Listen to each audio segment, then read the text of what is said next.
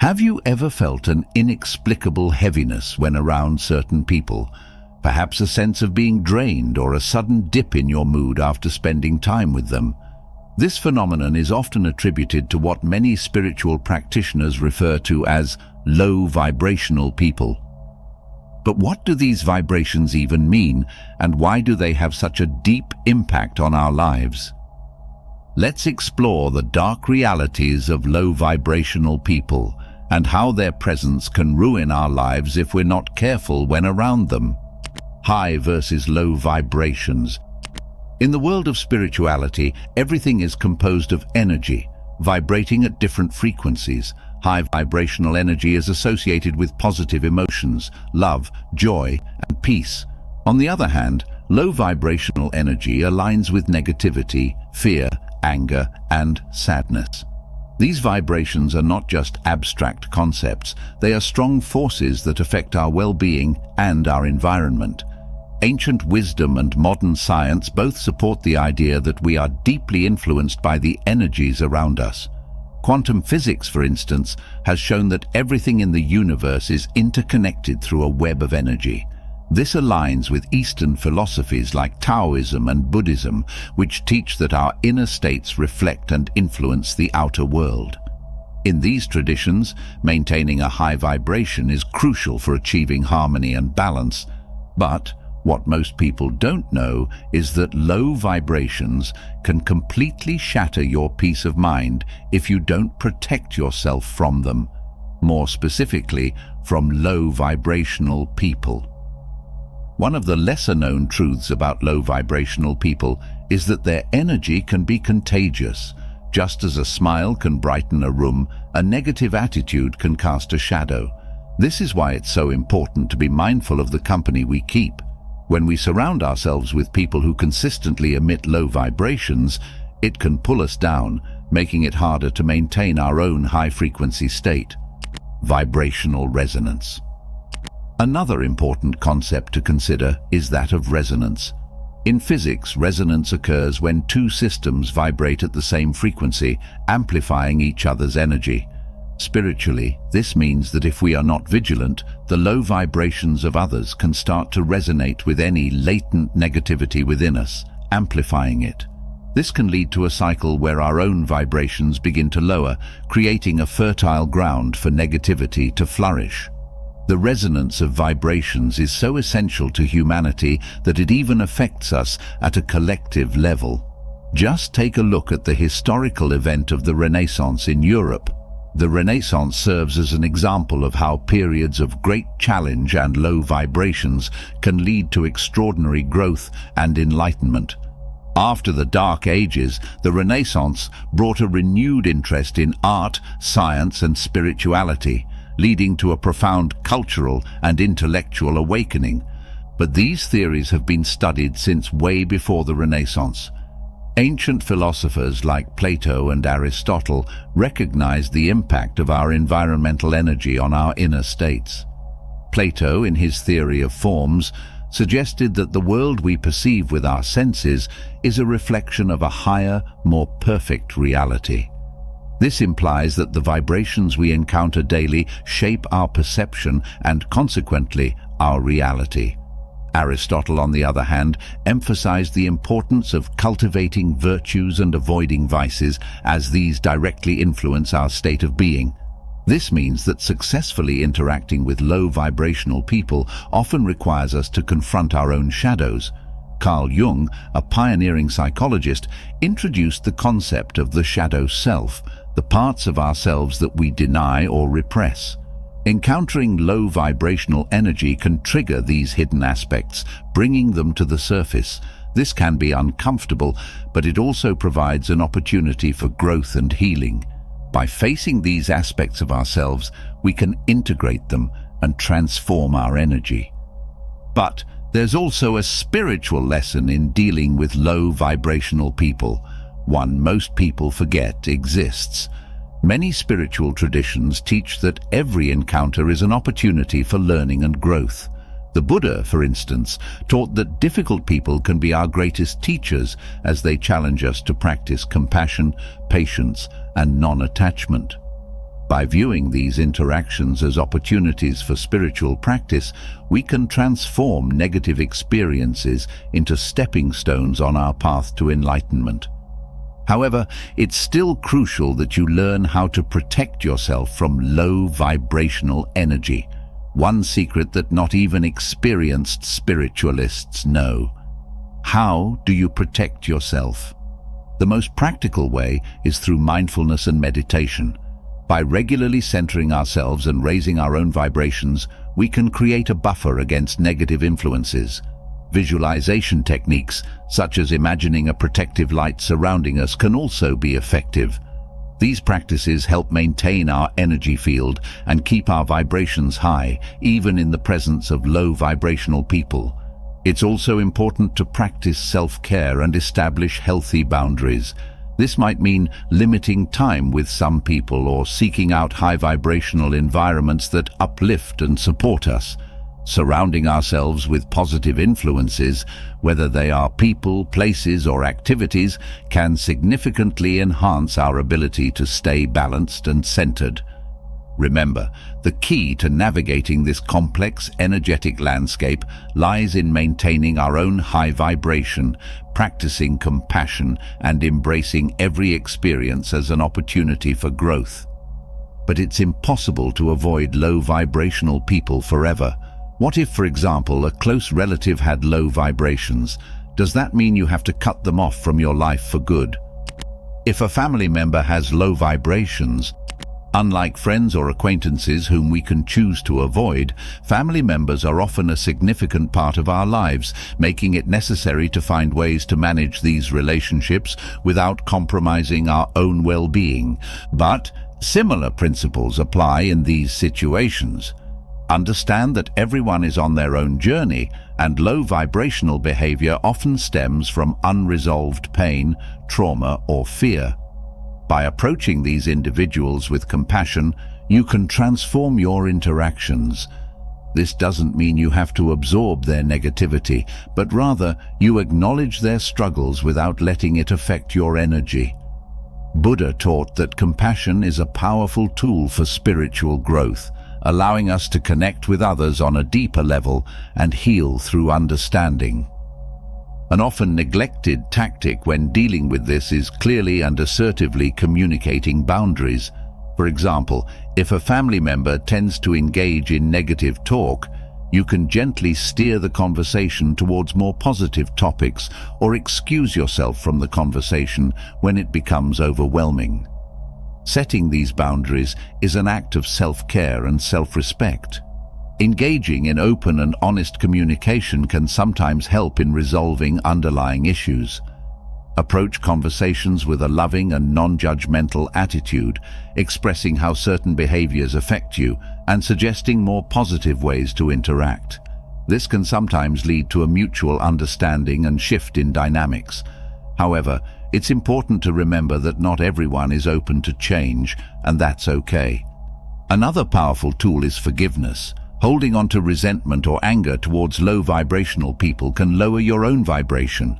Practicing forgiveness doesn't mean condoning negative behavior, but rather releasing the emotional hold it has on you.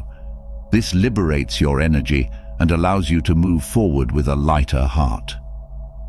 Jesus' teachings emphasize the power of forgiveness in healing both oneself and others, creating a ripple effect of positive change.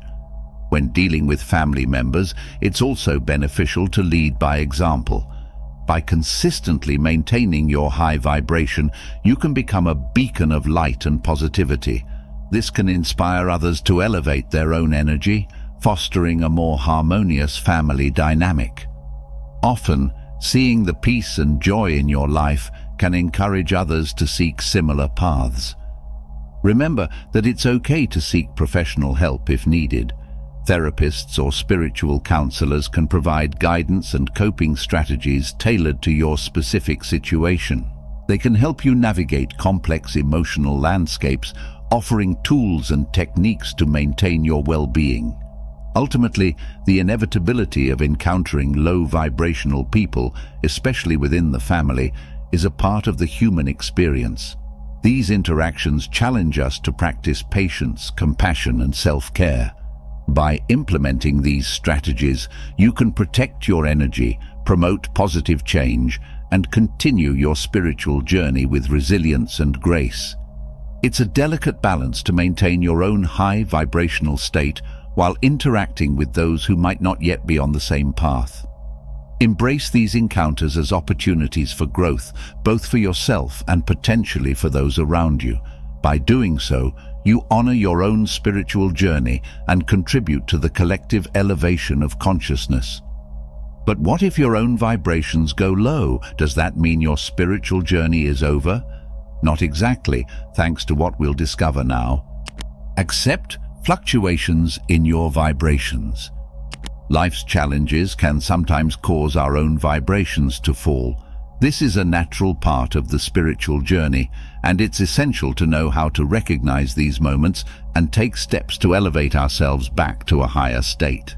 One philosopher who can shed light on this topic is the 13th century German mystic Meister Eckhart. He believed in the importance of inner stillness and detachment from the material world to achieve spiritual enlightenment. Eckhart taught that true spiritual growth comes from within, and this inner work is crucial when we feel our vibrations are low. According to Eckhart, silence and meditation can help us reconnect with our higher selves and restore our vibrations. Eastern beliefs also offer valuable insights. In Hinduism, the concept of pranayama, or breath control, is a powerful tool for managing our energy levels. By practicing controlled breathing techniques, we can calm the mind, cleanse the body of negative energies, and elevate our spiritual vibrations. This practice emphasizes the importance of breath as the bridge between the physical and spiritual realms. Similarly, in African spirituality, particularly within the Yoruba tradition, there is a focus on ash, the life force that flows through all things. When we feel our vibrations falling, it can be helpful to engage in rituals or practices that honor and restore our ash. This might involve drumming, dancing, or connecting with nature, all of which can help rejuvenate our spirit and elevate our energy. Surround yourself with uplifting music, plants, crystals, or anything that raises your spirits. Feng Shui, the ancient Chinese practice of harmonizing your living space, suggests that the arrangement and elements within your home can significantly impact your energy. By optimizing your environment, you create a sanctuary that supports your well-being. During times of low vibrations, it is also beneficial to revisit the teachings of mystics like Rumi, the 13th century Persian poet. Rumi's poetry often speaks of the soul's journey and the importance of embracing love and light. One of his famous quotes, "The wound is the place where the light enters you," reminds us that our challenges and low points can be opportunities for growth and transformation. By finding the light within our wounds, we can begin to raise our vibrations once more. Practicing gratitude is another effective way to elevate our vibrations. The simple act of acknowledging and appreciating the positive aspects of our lives can shift our focus from negativity to abundance. This practice aligns with the teachings of many spiritual traditions, which emphasize the power of a grateful heart in attracting more positive experiences and energies.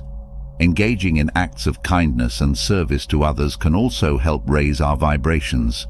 When we extend love and compassion to those around us, we not only uplift them, but also ourselves. This principle is reflected in the Buddhist practice of metta, or loving kindness meditation, which encourages us to send out goodwill and positive intentions to all beings. By fostering a sense of connection and compassion, we can elevate our own vibrations and contribute to the collective good. In psychology, the famous study by Dr. Barbara Fredrickson on positive emotions highlights the broaden and build theory. According to this theory, experiencing positive emotions broadens our awareness and encourages novel, varied, and exploratory thoughts and actions. Over time, this builds our physical, intellectual, and social resources. Applying this to our spiritual journey, we can see how cultivating positive emotions and experiences can help us build a stronger foundation for maintaining high vibrations. By integrating these practices and philosophies into our lives, we can navigate the inevitable fluctuations in our vibrations with grace and resilience. Whether through meditation, breathwork, acts of kindness, or simply being kind to ourselves, we can find ways to elevate our energy and continue our journey toward higher consciousness. When nothing seems to work. Sometimes, despite our best efforts, we might find ourselves in a situation where nothing seems to work to raise our vibrations. This can be a particularly challenging phase of the spiritual journey, but it is important to remember that this too is part of the process. When traditional methods of raising your vibration fail, it might be time to delve deeper into understanding the root causes and explore alternative approaches. Brace yourself, for here is that we reach the deepest secrets of low vibrational people. First and foremost, it's crucial to practice introspection during these times. Ancient Greek philosopher Socrates famously said, "Know thyself." This wisdom emphasizes the importance of self-awareness and understanding our own unique paths. Sometimes low vibrations are signals from our inner selves that there is something deeper that needs attention, something beyond the usual practices of meditation, gratitude, or mindfulness. At this point, it may be helpful to seek guidance from a spiritual mentor or counselor. These people can provide insights and perspectives that we might not see ourselves. Much like the shamans of indigenous cultures who guide individuals through their spiritual crises, spiritual mentors can help us navigate through these tough periods. They can offer personalized advice, support, and new techniques that may resonate more deeply with our current state. Exploring alternative healing modalities can also be beneficial. Practices such as creative expression or sound healing tap into different aspects of our energy systems and can help clear blockages that are not accessible through conventional means. For example, sound healing uses vibrational frequencies to restore harmony and balance within the body. This ancient practice, used by many cultures including Tibetan monks, can be particularly effective in shifting stubborn low vibrations. Another aspect to consider is the physical environment and the impact it has on our energy. Sometimes low vibrations persist due to external factors such as living in a cluttered space, exposure to negative media, or being around toxic people. Nutrition and physical health also play a significant role in our vibrational state. Regular exercise, adequate sleep, and hydration are also crucial in maintaining high vibrations. Journaling can also be a valuable tool during these times.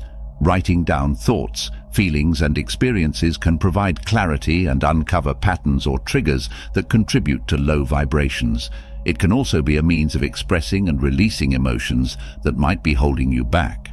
This practice aligns with the psychological concept of catharsis, which is the process of releasing and thereby providing relief from strong or repressed emotions. If all else fails, it might be time to embrace the concept of surrender. This does not mean giving up, but rather letting go of the need to control the outcome. As Lao Tzu, the ancient Chinese philosopher, taught through Taoism, sometimes the best action is inaction. By surrendering to the present moment and trusting the flow of life, we allow ourselves to be open to unexpected solutions and insights. This act of surrender can itself be a powerful way to raise our vibrations. Moreover, it is important to remember that spiritual growth often occurs in cycles. Just as the moon waxes and wanes, our spiritual journey has phases of expansion and contraction. The ancient mystics understood this and taught that periods of low vibrations are not failures, but necessary phases of growth. They prepare us for higher states of being and deeper understanding. Recognizing and accepting this cyclical nature can provide solace and patience during tough times. On top of that, reconnecting with nature can be a powerful remedy. Nature has a grounding effect and can help us reset our energy. Spending time outdoors, Whether it's walking in the forest, sitting by the ocean, or simply enjoying a park, can help restore our sense of balance and elevate our vibrations. Indigenous cultures around the world have long recognized the healing power of nature and often incorporate natural elements into their spiritual practices. Lastly, always keep your sense of purpose in mind. Having a clear sense of why we are on this spiritual journey can provide motivation and resilience during low periods. Reflecting on our goals and intentions and reminding ourselves of our higher purpose can help reignite our inner light. This aligns with Viktor Frankl's teachings in his book Man's Search for Meaning, where he emphasizes the importance of finding meaning in life as a source of strength and resilience. Don't give your energy away. And finally, remember to never give too much of yourself energetically, or you'll suffer some nasty side effects. When we overextend ourselves energetically, we are giving away our life force without ensuring we have enough left for ourselves. This can lead to feelings of exhaustion, burnout, and emotional imbalance. Just like a battery that needs to be recharged, our energy reserves must be regularly replenished to function optimally. One key aspect of managing our energy is learning to say no. This simple yet powerful word can help us protect our energy from being drained by tasks or commitments that do not serve our highest good. Saying no is not selfish, rather it is an act of self-care. Balancing our energy requires us to be discerning about where and how we invest it. Just as we manage our finances to ensure we have enough resources, we must manage our energy to ensure we have enough vitality to meet our needs. This means being selective about the commitments we take on, the relationships we nurture, and the activities we engage in. Rest and relaxation are vital components of maintaining our energy. In our busy lives, we often overlook the importance of rest, but it is during these moments of stillness that our energy can be restored. Taking time to rest, whether through a good night's sleep, a relaxing bath, or simply sitting quietly, allows our body and mind to rejuvenate. At the end of the day, low vibrational people are unavoidable, but you don't have to lose your high vibrations because of them. You can learn to navigate relationships with them without losing yourself in the process. By prioritizing your energetic health and practicing self-care, you can prevent burnout and maintain a vibrant, balanced energy. This will help you to show up fully in all areas of your life, bringing your best self to your relationships, work, and personal pursuits. Remember, your energy is precious. Protect it, nurture it, and let it thrive. I hope you enjoyed this video. If you did, feel free to subscribe to the channel. Thanks for watching.